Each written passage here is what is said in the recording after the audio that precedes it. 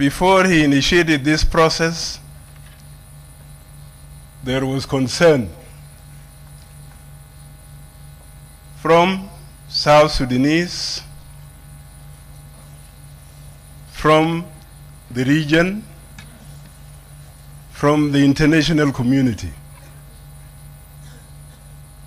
because time is running out. And there was no way forward. So questions were being raised. Are we going to crash? Or are we going to get a solution? Those who met me in my office or at home, I refrain from giving a solution. But I always refer them to a document we authored in March 15th, 2022, where we outline the status of the implementation of the agreement. And we said the way forward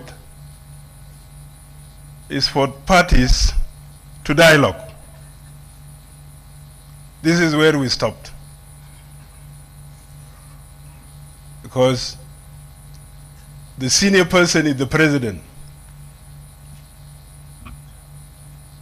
And clearly, he knows the challenges that are facing the agreement, the implementation of the agreement. He knows them, as we also know them. But without him making the move, it would be difficult for the rest to make the move. Although we think in IO we had made the move in March, we have said we need to dialogue so that we find a way forward.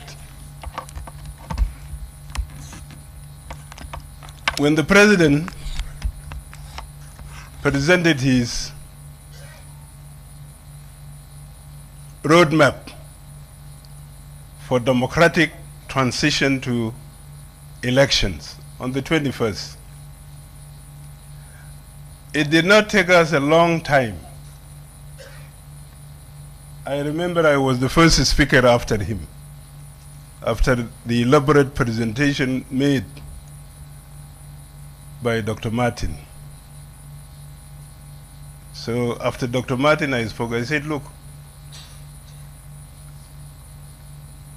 we have only two options. Crash by 22nd February, or we extend. And if we extend,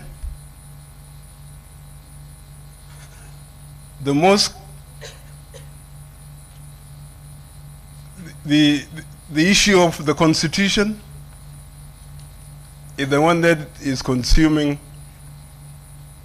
more time.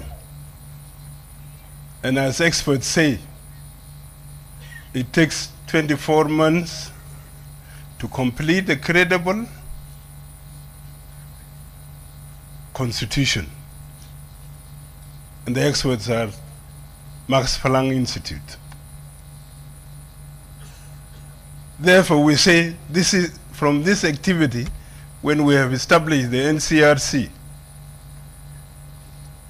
to the Constitutional Conference, and the end of the transition. You have this activity of the Constitution, you have the activity of transforming the Parliament into a Constituent Assembly, and the activity of elections.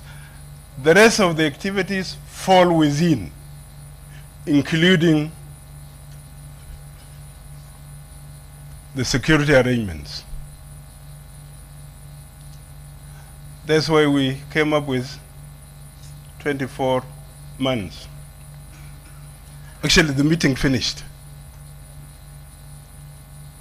because we are all cognizant that in the next 4 months, you cannot implement what is in this agreement. I thought they were going to talk about the percentages. 27.3% of the provisions are implemented.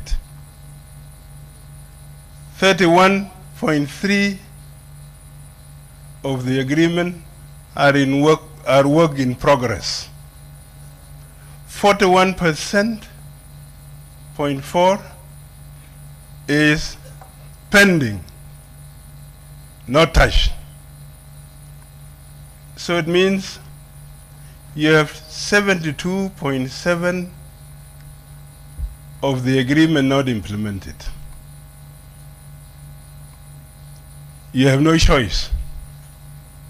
You have to extend. Our concern was, if we extend, how do we sell it to South Sudanese? Because some people think extension is just for sake of being in power. But what choice do you have if you don't extend? If you don't extend, you go to square one. And we all know what the square one is. If you extend, then you will be accused that you want to stay in power. It's good that we are 5 parties in the agreement. If it was one party, then that one party would be accused for manipulating the situation in order to stay in power.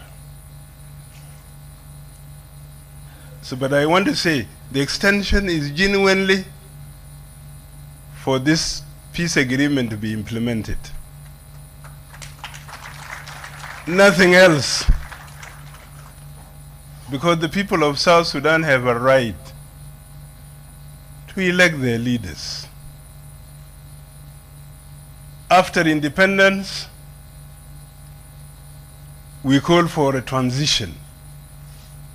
Before the independence, or while we were discussing the transition, others were saying we should go for elections. But we saw it was premature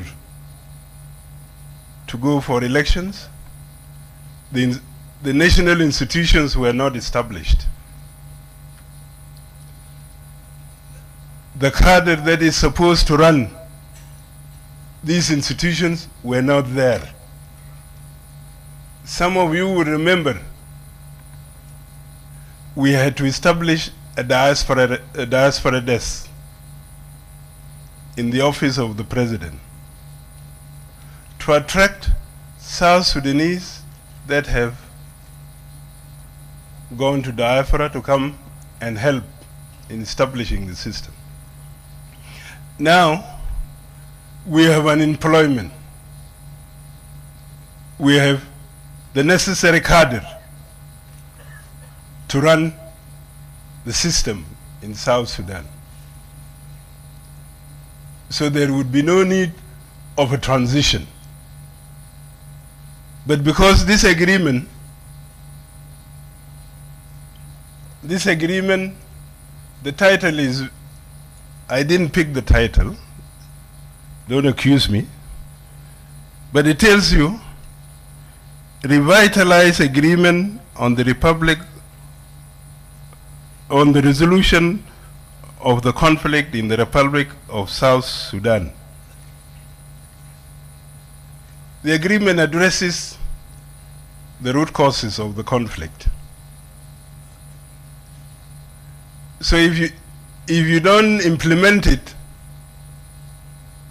then the root causes of the conflict will still